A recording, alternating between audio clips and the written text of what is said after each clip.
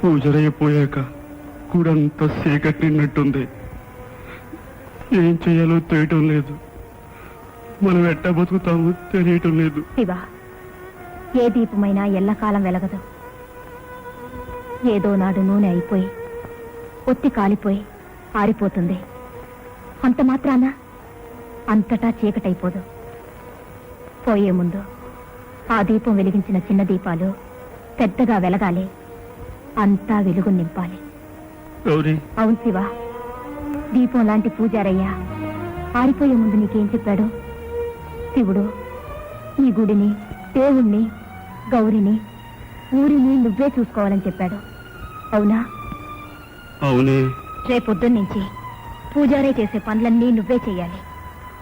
ఊరికి పూజారయ్య లేని లోటు నువ్వే తీర్చాలి. అంత పెద్ద పని నేను చేయగలటే? శివ, లోకంలో మనిషి తలుచుకొని పట్టుదలగా ప్రయత్నిస్తే చెయ్యలేనిదంటూ ఏమీ లేదు.